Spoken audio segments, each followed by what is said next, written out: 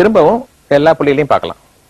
இப்போ திரும்பவும் ஒரு முறை நுரையீரல் சக்தி நாளத்துடைய புள்ளிகள் எங்கெங்க அமைஞ்சிருக்குன்னு பார்ப்போம். இந்த கார எலும்புடைய கடைசி பகுதியில் அதுக்கு முன்புறமாக விரல் வச்சு அமுக்குனீங்கன்னு சொன்னா அந்த பள்ளத்தில் இருக்கிறது நுரையீரல் சக்தி நாளத்துடைய 2வது புள்ளி.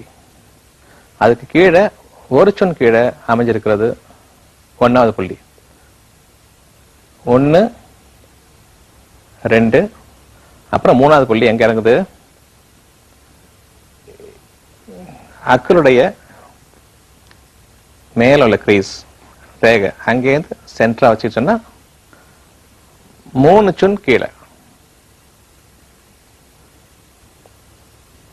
இந்த மசிலுடைய வெளி ஓரம், இந்த மசில் அமைக்க பார்த்தீங்கன்னா தெரியும், இந்த மசிலுடைய வெளி ஓரத்தில் இருக்கிறது 3வது புள்ளி. அதுக்கு கீழே ஒரு சொன் கீழே, இங்கேருந்து 3வது புள்ளி ஒரு சொன் கீழே 4வது புள்ளி. 5வது புள்ளி எங்க இருக்குதுன்னு சொன்னா கீழே இந்த நரம்பு பாருங்க. இந்த நரம்புடைய 2 பக்கம் நீங்க பிடிச்சு பார்த்தீங்கன்னு சொன்னா 2 பக்கம் நீங்க பிடிச்சு பார்த்தீங்கன்னு சொன்னா 2 பள்ளம் இருக்கு. 2 பள்ளம். இந்த 2 பள்ளத்துல பெருவிரல் பக்கமா உள்ள பள்ளம், கையை மடக்குனா இந்த ரேகை தெரியும் இல்லையா? இந்த ரேகை தெரியும். கையை மடக்குனா இந்த ரேகை தெரியும். அந்த ரேகையில அந்த நரம்புடைய வெளிப்பக்கத்தில் உள்ள பள்ளத்துல இருக்கிறது 5வது புள்ளி. அதுக்கு அடுத்தது 9வது புள்ளி மணிக்கட்டுடைய ரேகை. இந்த மணிக்கட்டுடைய ரேகை கட்டவிரல் பக்கமா எங்க வந்து முடியுதோ அந்த இடத்துல இருக்கிறது 9வது புள்ளி. நுரையீரல் சக்தி 9வது புள்ளி. மீதம் இருக்கக்கூடிய 5வது புள்ளிக்கும் 9வது புள்ளிக்கும் ஒரு கோடு போட்டீங்கன்னு சொன்னா மீதம் உள்ள புள்ளிகள் அது அமைஞ்சிருக்குது. 6, 7, 8 மீது அங்க அமைஞ்சிருக்கு. 6வது புள்ளி எங்க இருக்குதுன்னு சொன்னா இந்த கோடுல 5வதுல இருந்து 9வது புள்ளி இணைக்கக்கூடிய அந்த கோடுல 9வது புள்ளியில இருந்து 7 சொன் மேல இருக்குது நுரையீரல் சக்தி நாளத்துடைய 6வது புள்ளி. 7வது புள்ளி இந்த மணிக்கட்டுடைய எலும்பை கொஞ்சம் கவனி. நல்லா மேடா இருக்கும் அந்த எலும்பு. அந்த எலும்புடைய ஃபீல் பண்றீங்கன்னா மேல் பக்கமா ஒரு பள்ளம் இருக்கும். நல்லா அந்த பள்ளத்தை ஃபீல் பண்ணுங்க. அங்க இருக்கிறது, அந்த பள்ளத்து மேல இருக்கிறது 7வது புள்ளி. 9வது புள்ளிக்கும் 7வது புள்ளிக்கும் மத்தியில் இருக்கிறது 8வது புள்ளி. இப்ப 10வது புள்ளி எங்க இருக்குது? 9வது புள்ளிக்கும் இந்த கட்டவிரல் மடக்கு, கட்டவிரல் மடக்குனா இந்த 2க்கும் இடப்பட்ட தூரம் மத்தியில உள்ளங்கையுடைய கையுடைய கலருக்கும் கையுடைய மேல்புறத்தை கலரும் எங்க சேருதோ அந்த இடத்துல இருக்கிறது 10வது புள்ளி. 11வது புள்ளி பெருவிரலுடைய நகைக்கண்ணுக்கு கீழே அந்த கார்னர், அதுக்கு ஒரு 2 மில்லிமீட்டர் தாண்டி இருக்குது லங் 11 11வது புள்ளி. நுரையீரல் சக்தி நாளங்கள் எங்கெல்லாம் வியாபிச்சிருக்கோ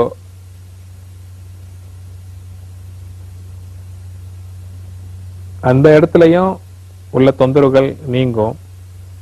அதே சமயத்துல இந்த நுரையீரல் சக்தினாலும் நுரையீரலுக்கு சக்தி கொடுக்கறதுனால நுரையீரல்ல உள்ள எல்லா நோய்களும், உதாரணமா சாதாரண சளியாக இருந்தாலும் அல்லது டிபி சளியாக இருந்தாலும் அல்லது புளூரசி என்று சொல்லக்கூடிய சளியா இருந்தாலும் அல்லது நிமோனியா என்று சொல்லக்கூடிய சளியா இருந்தாலும் அதுக்கு பேர் தேவையில்லை. இருமல் சளி இருந்தாலே இதுல உள்ள புள்ளிகள் ஏதாச்சும் ஒண்ணு வேலை செய்ய ஆரம்பிக்கும். அதே சமயத்துல ஷோல்டர் பெயின் இருந்தாலும், கை தூக்க முடியாம அப்படிதான் அசைக்க முடியாம அந்த மாதிரி தொந்தரவுகள் இருந்தாலும், அதே சமயத்துல கை சைட்ல இப்படி தூக்க முடியாம இந்த உள் பக்கம் பிடிப்பு இருந்தாலும் வெளிப்பக்கம் பிடிப்பு இருந்தாலும் இந்த பாயிண்ட்ஸ் ஹெல்ப் பண்ணும். முட்டிக்கு கீழே, கை முட்டிக்கு கீழே சில பேருக்கு arthritis, shoulder pain, elbow pain, இந்த மாதிரி பெயின், அல்லது ரிஸ்ட் பெயின், விரல் அசைக்க முடியாத பெயின், இந்த மாதிரி பெயின்களுக்கும் இந்த நுரையீரல் சக்தினால ரொம்ப உதவி செய்யும். அதே சமயத்துல சளி பிடிச்சிருந்தாலும் சரி, நுரையீரலால சளி பிடிச்சது இல்லையா, அதனால இந்த பாயிண்ட் இதுல உள்ள பாயிண்ட்டுகள் நுரையீரல் சளியை போக்குறதோட தும்மல், அலர்ஜி இவைகளையும் போக்குறதுக்கு சக்தி வாய்ந்ததா இருக்கின்றன. இப்போ நம்ம இந்த கையில அடுத்த மெரிடியன் பார்ப்போம். லங்ஸ் மெரிடியன் முடிச்சிட்டோம். இப்போ லார்ஜ் இன்டெஸ்டைன், ரெண்டாவது பெருங்குடல் சொன்னோம் இல்லையா, அந்த மெரிடியன் இந்த கையில எங்க ஆரம்பிச்சு எங்க முடியுதுன்னு பார்க்க போறோம். இந்த விரலை பார்த்தா முதல்ல இங்க நுரையீரல் சக்தி நாளத்துடைய கடைசி பகுதி முடிவடையுது. இதுக்கு இப்போ அடுத்த விரலுக்கு வருவோம். இதுக்கு பேர் ஆள்காட்டி விரல். இது முடிச்சு ஆள்காட்டி விரல். விரல்ல நம்மளுக்கு உள் பகுதி வெள்ளையா இருக்கும், வெளிப்பகுதி கருப்பா இருக்கும் இல்லையா எல்லாருக்குமே. இந்த லைன் வழியா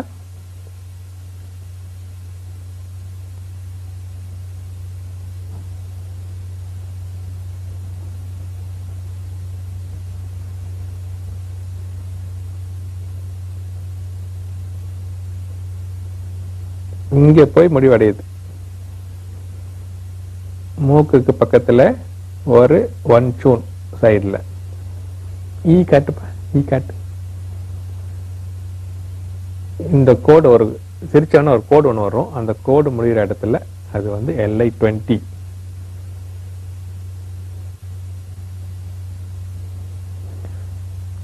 இது முதல் புள்ளி, பெருங்குடலின் 20வது புள்ளி. இப்போ ரெண்டாவது புள்ளி என்னன்னு பார்க்க போறோம். இந்த கோட்டின் மூலமாக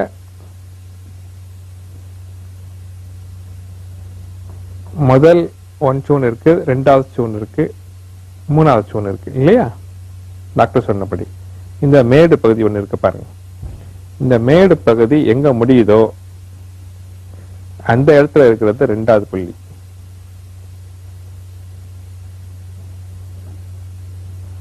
முதல் புள்ளி இங்க ஆரம்பிச்சிருக்குது, இது ரெண்டாவது புள்ளி. இந்த போனுக்கு மேல இந்த பக்கம் ஒரு எண்ட் இருக்கு, இந்த பக்கம் ஒரு எண்ட் இருக்கு. இந்த இதுல ஆரம்பிக்கிறது ரெண்டாவது புள்ளி. அந்த மேடு அப்படியே போய் இங்க முடிவடையும், அது மூணாவது புள்ளி. LI1, LI2, LI3. இங்கேருந்து ஒரு சூன் சொன்னோம் இல்லையா, ஒரு சூன். அந்த ஒரு சூன் கேப்ல மேல வச்சோம்னாக்கா இது நாலாவது புள்ளி. இது ரெண்டு விரலும் சேரும் பொழுது ஒரு மேடான பகுதி தெரியும். அந்த மேடான பகுதியில இந்த போனோட சேர்ந்த மாதிரி உள்ள ஒரு புள்ளி LI4. இது ரொம்ப ஒரு முக்கியமான புள்ளி. அடுத்தது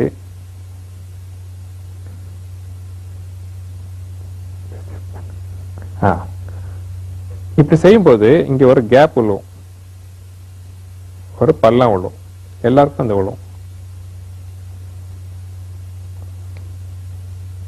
இப்படி செய்யும். இந்த பள்ளம் இல்ல, இந்த பள்ளம் உள்பக்கமாக உள்ளக்கூடிய பள்ளம். வரல சேர்ந்துரும் பாருங்க. இந்த பள்ளத்துக்குள்ள இருக்கிறது லார்ஜ் இன்டெஸ்டைன் 5. இப்போ நான் மறுபடியும் சொல்றேன். விரல் நுனியில விரல் பக்கமா அமைஞ்சிருக்கிறது LI1 என்னும் புள்ளி, அதாவது லார்ஜ் இன்டெஸ்டைன் 1 என்னும் புள்ளி. 3 சூனுக்கு மேல உள்பக்கமா அமைஞ்சிருக்கிறது LI2 என்னும் புள்ளி. இந்த மேடுக்கு மேல உள்பக்கம் அமைஞ்சிருக்கிறது LI3 என்னும் புள்ளி. அல்லது இது இரண்டு விரலும் சேரும் பொழுது இருக்கும் மேடான தசையில போனோட ஒட்டி இருக்கிறது LI4 என்னும் புள்ளி விரல் காட்டும் போது இந்த ஏற்கனவே ஒரு பள்ளத்தில் இருக்கிறது LI5 என்னும் புள்ளி. அடுத்தது 3 சூன் சொன்னேன் இல்லையா, 3 சூன். இந்த இங்கே இருந்து 3 சூன் மேடு பகுதியில் இருக்கிற புள்ளி LI6 என்னும் புள்ளி. 5ல இருந்து 3 சூன் LI6 என்னும் புள்ளி. இப்ப அடுத்தது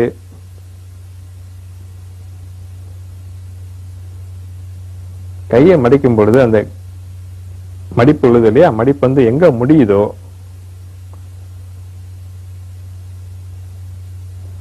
அந்த பகுதி வந்து LI11 லார்ஜ் இன்டெஸ்டைன் 11 என்னும் புள்ளி. இதுக்கு இடையில அமைஞ்சிருக்கிறது தான் 7, 8, 9, 10. ஒவ்வொரு சூன் கேப்லையும் இது அமைஞ்சிருக்குது. இது 11, இங்கேருந்து ஒரு சூன் கீழே 10, அங்கேருந்து ஒரு சூன் கீழே 9, அங்கேருந்து ஒரு சூன் கீழே 8, அங்கேருந்து ஒரு சூன் கீழே 7. இப்படியாக லார்ஜ் இன்டெஸ்டைன் 5ல இருந்து 6, 7, 8, 9, 7, 8, 9, 10, 11. 11 அந்த மடிப்புல அமைஞ்சிருக்கு. இப்படி பார்த்தா தெரியாது, சைட்ல பார்த்தா மட்டும்தான் அது தெரியும். அந்த அளவுக்கு வெளிப்பக்கமாக அமைஞ்சிருக்கு. இங்கேருந்து 1.5 சூன் மேல ஏறுது, அது வந்து 12.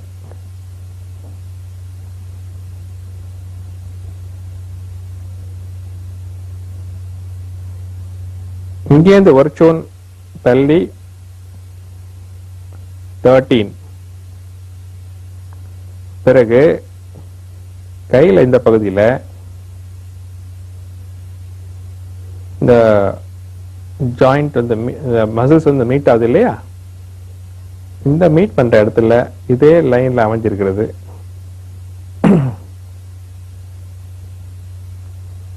LI14 ஒன்று புள்ளி. இதெல்லாம் அவ்வளவு முக்கியமான புள்ளிகள் கிடையாது. சில முக்கியமான புள்ளிகள் மட்டும் சொல்ல போறேன், அதை மட்டும் ஞாபகம் வச்சுட்டா போதும். இப்ப நம்ம மறுபடியும் வருவோம். 1, 2, 3, 4, 5, 6, 7, 8, 9, 10. இது அவ்வளவு முக்கிய புள்ளிகள் கிடையாது. 11 ரொம்ப முக்கியமான புள்ளி.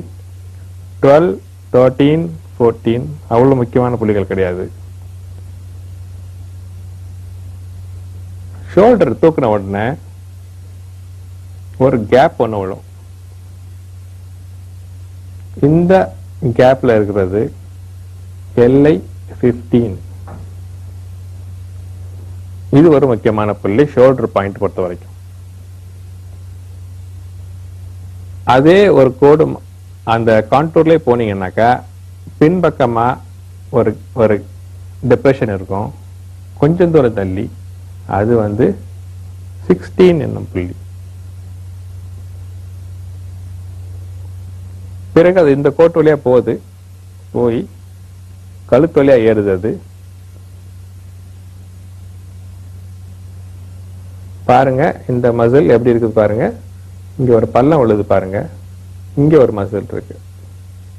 இது ஒரு முக்கோணமா இருக்கும். இந்த முக்கோணத்துல எங்க முடியுதோ அது வந்து LI18. இது வந்து 16, இது வந்து 18. 18ல இருந்து 1 சூன் பிலோ, இது 1 சூன் 17.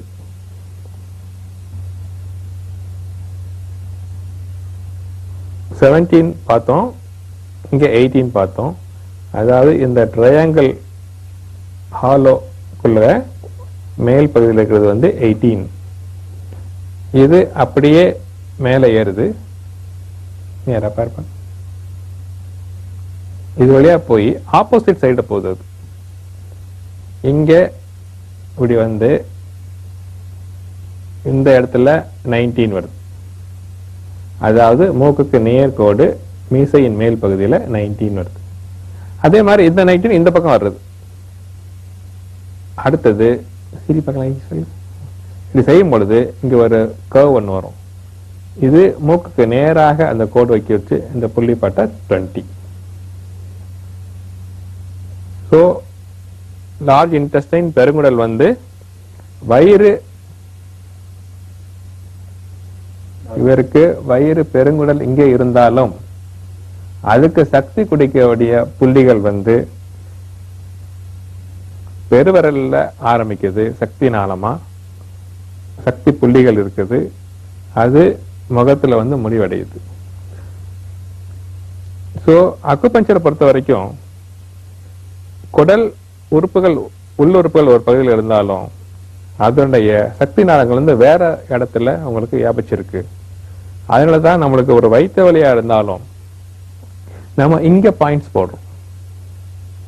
இந்த பாயிண்ட்ஸ் போடுறதன் மூலமா இவருடைய பெருங்குடல் உள்ள வயிற்று வலி, அமீபியாசிஸ், ஜியார்டியாசிஸ், லூஸ் மோஷன்ஸ் ஆகுறது, வயிற்று வலிச்சு போடுறது, இந்த பல பிரச்சனைகளையும், அதே சமயத்துல கை விரல்கள் உள்ள தொந்தரவுகள், மணிக்கட்டில் உள்ள தொந்தரவுகள், arthritis problem, elbow problems, shoulder problems, asthma, சளி, தொண்டையில முழுங்க முடியாம கஷ்டப்படுற தொந்தரவுகள், தொண்டையில என்னென்ன தொந்தரவுகள்லாம் ஏற்படுதோ, சளி, அப்புறம் இங்க பிம்பிள்ஸ் ஏற்படுறது, அடுத்தது மூக்குல என்னென்ன கட்டிகள் ஏற்படுதோ, மூக்குல சளி, தும்மல், அலர்ஜி, இந்த எல்லா நோய்களுக்கும் இந்த மெரிடியன் வந்து ரொம்ப ரொம்ப யூஸ்ஃபுல்லா இருக்கு. லங் மெரிடியனும், முதல்ல சொன்ன லங் மெரிடியனும் இந்த சளியெல்லாம் போக்கக்கூடியது. அதே சமயத்துல லார்ஜ் இன்டெஸ்டைன் மெரிடியனும், மெரிடியன் சொல்றது வந்து சக்தி நாளம். இந்த சக்தி நாளமும் பல உபாதைகளை பெருங்குடல்ல இருந்து நீக்கினாலும் உடம்புல உள்ள அலர்ஜிகளையும் நீக்கக்கூடிய சக்தி வாய்ந்தது. ரொம்ப முக்கியமா ஸ்கின் ப்ராப்ளத்துக்கு வந்து இந்த லார்ஜ் இன்டெஸ்டைன் மெரிடியன் வந்து, அதாவது லார்ஜ் இன்டெஸ்டைன் சக்தி நாளத்துல 4வது புள்ளி மற்றும் இப்படி காட்டம் இல்லையா, LI 11 11வது புள்ளி, கடைசியா காட்டின 1920 இந்த புள்ளிகள் வந்து பெரும்பாலான அலர்ஜியை வந்து நம்ம உடம்புல நீக்கிறோம். சளி தும்மல் அலர்ஜியா இருந்தாலும், சில பேருக்கு டஸ்ட் அலர்ஜி இருக்கு, சில பேருக்கு வெளியில போனா புகைப்பட்டா தொந்தரவு வருது, சாம்பிராணி பட்டா தொந்தரவு வருது, அதுல ஏற்படுற வீசிங் வருது, இப்படி பல விதமான அலர்ஜி சிம்டம்ஸ். அதே சமயத்துல தோல்ல ஏற்படக்கூடிய அரிப்புகள், பெருங்குடல்ல ஏற்படுற அமீபியாசிஸ், ஜியார்டியாசிஸ் போன்ற பல நோய்கள், லூஸ் மோஷன்ஸ், பைல்ஸ், இந்த மாதிரி நோய்களை கூட இந்த புள்ளிகள் வந்து சரிப்படுத்த முடியும். வயிற்று வலி, லூஸ் மோஷன் சொன்ன டாக்டர் இங்கே ஊசி போட்டாரு, இங்கே ஊசி போட்டாரு, வயிற்று எனக்கு கவனிக்கவே இல்லை, நான் வயிற்று வலின்னு சொல்லியிருந்தா கூட டாக்டர் வயிற்று வலி கவனிக்கல. காரணம், அக்குபஞ்சர் டாக்டருக்கு வந்து இந்த புள்ளிகள் தான் முக்கியமே தவிர அவருடைய வயிற்றுல அந்த இடத்துல ஊசி போடணும் அப்படிங்கிற அவசியமே கிடையாது. வயிற்றை பத்தி பார்க்க போறோம். வயிறு பொதுவா எங்க இருக்குதுன்னு சொல்லிட்டு எல்லாருக்கும் தெரியும், இந்த இடத்துல இருக்குது வயிறு. ஆனா வயிற்றுக்கு கிடைக்கக்கூடிய சக்தி எங்க இருந்து கிடைக்குது அப்படிங்கறத இப்ப பார்க்க போறோம். இந்த வயிறுடைய சக்தி நாளங்கள் நம்ம உடம்புல எந்த இடத்துல ஆரம்பிச்சு எந்த இடத்துல முடிய போகுது, இது அவ்வளவுமே வந்து வயிற்றுக்கு எனர்ஜி கொடுக்கக்கூடிய சக்தி நாளம். இதை நம்ம இப்ப பார்க்கலாம். முதல் சக்தி நாளம் எங்க ஆரம்பிக்குதுன்னு சொல்லிட்டு பார்க்கலாம். வயிற்றுடைய சக்தி நாளம் இந்த கண்ணுடைய கார்னர், 2 கார்னர் இருக்கு இல்லையா, இந்த 2 கார்னர், இந்த 2 கார்னருக்கும் நடுவுல அந்த போன், கண்ணுடைய வெடிக்கோளத்துடைய எலும்பு, அந்த எலும்புடைய மத்தியில இந்த 2 கார்னர்ஸ் நடுவுல இருக்குது, எலும்பு மேலேயே.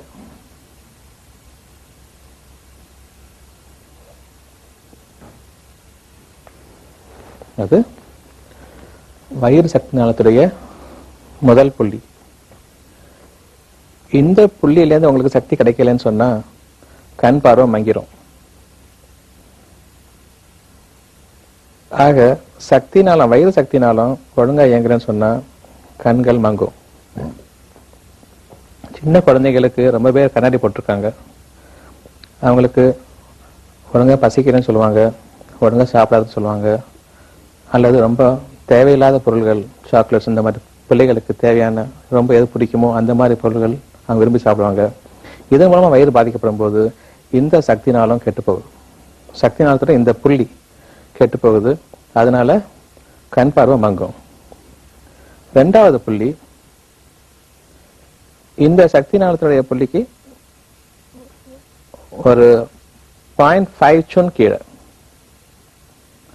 அரை பாருங்க, இதுக்கு அரை அங்குலம், 0.5 சுன், அரை சுன் கீழே.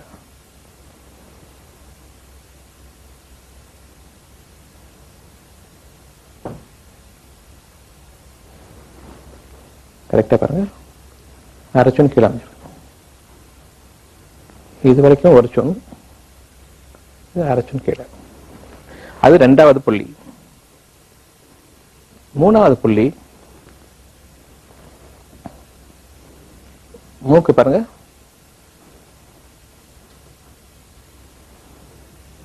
இந்த மூக்குடைய மேடான பகுதி, இந்த மேடான பகுதியுடைய லெவல்ல இந்த ரெண்டாவது புள்ளிக்கு கீழே அமைச்சிருக்கு.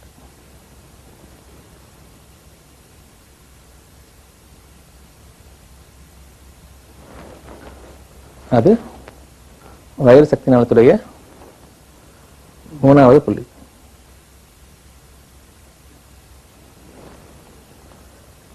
நாலாவது புள்ளி வாயுடைய கார்னர், அதுல இருந்து ஒரு அரைச்சுன் வெளியில, வாயுடைய கார்னர் அங்கேருந்து அரைச்சுன் வெளியில.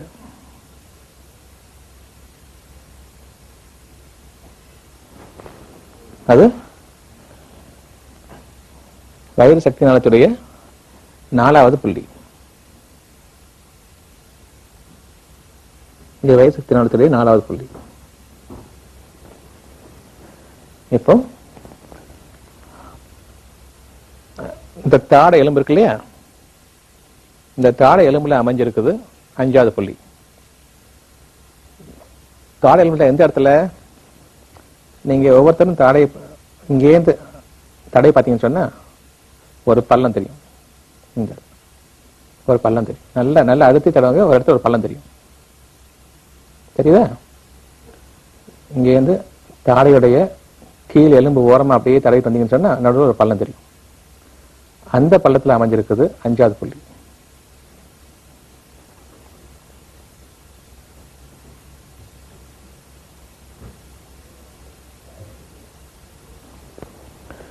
நல்லா பாருங்க, இந்த தாடை எலும்பை நல்லா அடுத்து தேய்ச்சிட்டு வந்தோம்னு சொன்னா ஒரு இடத்துல ஒரு சின்ன பள்ளம் தெரியும், பள்ளம் ஃபீல் பண்ண முடியும், உங்களால் உணர முடியும். அந்த இடத்துல அமைஞ்சிருக்கிறது அஞ்சாவது புள்ளி. ஆறாவது புள்ளி, இந்த கார்னர் இருக்கு இல்லையா, தாடை எலும்புடைய கோணம், இந்த கோணத்துக்கு ஒரு அரைச்சுன் மேல, அரைச்சுன் ஹாஃப் சுன் மேல அமைஞ்சிருக்கிறது ஆறாவது புள்ளி.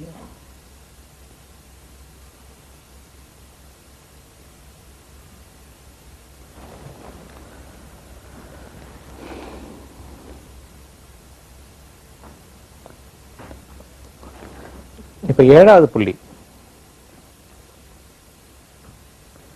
வாயை திறந்து முடிப்பா. நீங்க வாயை திறந்தீங்கன்னு சொன்னா உங்களுக்கு திறந்து முடி,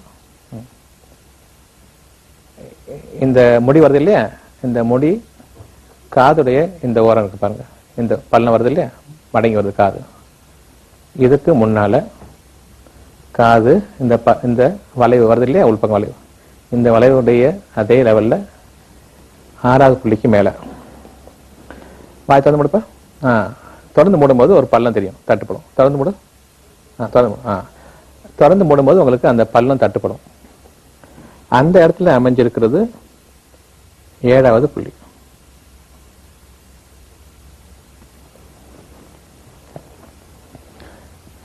காதுடைய இந்த வளைவு பாருங்க, உள்ள இந்த வளைவு, காது இந்த வளைவுக்கு அதே லெவல்ல ஆறாவது புள்ளிக்கு மேல இருக்கிறது ஏழாவது புள்ளி.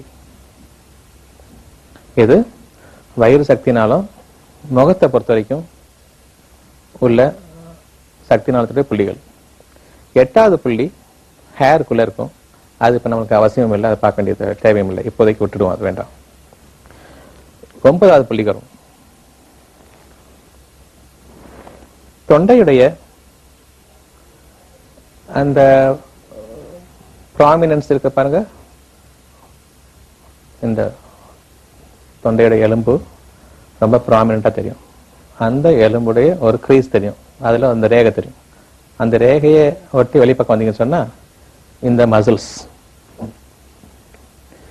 இந்த மசில் எங்க வந்து ஜாயின் ஆகுதோ இந்த ரேகை வந்து இந்த மசில் வந்து முடியும், அந்த இடத்துல அமைஞ்சிருக்கிறது 9வது புள்ளி.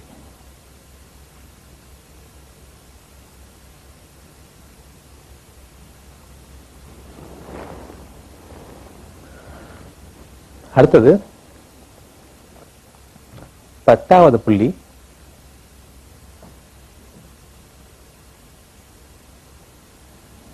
இந்த போன் பாருங்க, காரை எலும்புடைய போன், அந்த மேட்டு பகுதி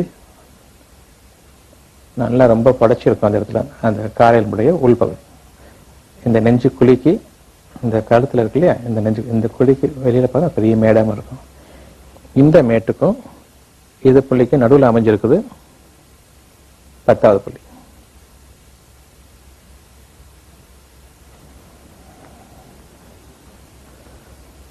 பதினோராவது புள்ளி இந்த எலும்போட ஒட்டி இருக்கும் வெளிப்பக்கமா. உள்பக்கம் இந்த பள்ளம் தெரியுது இல்லையா, இந்த தசை வந்து சேரக்கூடிய இந்த எலும்புல, கார எலும்புடைய உள்பகுதியில அதுக்கு வெளிப்புறமா ஒரு பள்ளம், அந்த தசையை நரம்பு ஒட்டின மாதிரி ஒரு பள்ளம் இருக்குது. அது 11வது புள்ளி.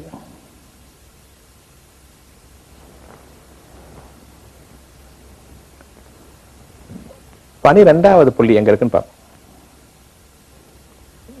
இந்த கார எலும்புடைய பள்ளம் தெரியுதா, இந்த பள்ளத்தினுடைய நடு மையத்தில் அமைஞ்சிருக்குது 12வது புள்ளி. மேல் பக்கம் இந்த பள்ளத்துடைய நடு மத்தியில இந்த எலும்பு மேலேயே அமைஞ்சிருக்குது, எலும்பு ஒட்டுன மாதிரி 12வது புள்ளி. அது இதுக்கு நேர் கீழே இருக்கிறது 13வது புள்ளி. போனுடைய மேல உள்ள பள்ளம், போனுடைய கீழே உள்ள பள்ளம்.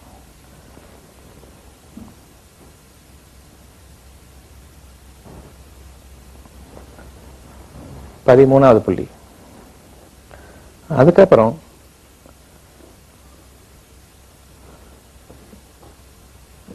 அதுல இருந்து ஒரு கால்சுன் கீழே அமைஞ்சிருக்கிறது 14வது புள்ளி.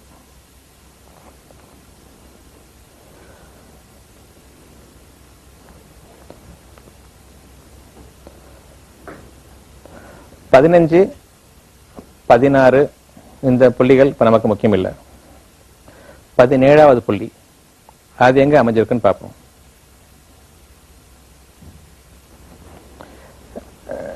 நிப்பிள் இருக்கு இல்லையா,